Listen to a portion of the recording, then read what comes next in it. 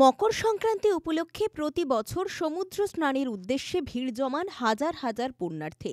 সকলের নিরাপত্তার কথা মাথায় রেখে ইতিমধ্যেই পূর্ব মেদিনীপুর জেলা প্রশাসনের তরফ থেকে কড়া নিরাপত্তায় মুড়ে ফেলা হয়েছে সৈকত শহর।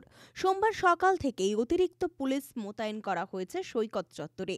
জেলা ছাড়িয়ে রাজ্যের বিভিন্ন প্রান্ত থেকে মানুষজন ভিড় জমাচ্ছেন সমুদ্র স্নানের উদ্দেশ্যে।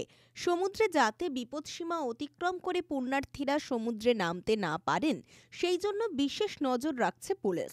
বিপদসীমা অতিক্রম করলেই বিশেষ ব্যবস্থা নেবে পুলিশ। সেই মতো ইতিমধ্যেই দীঘা জুড়ে বাড়তি তৎপরতা।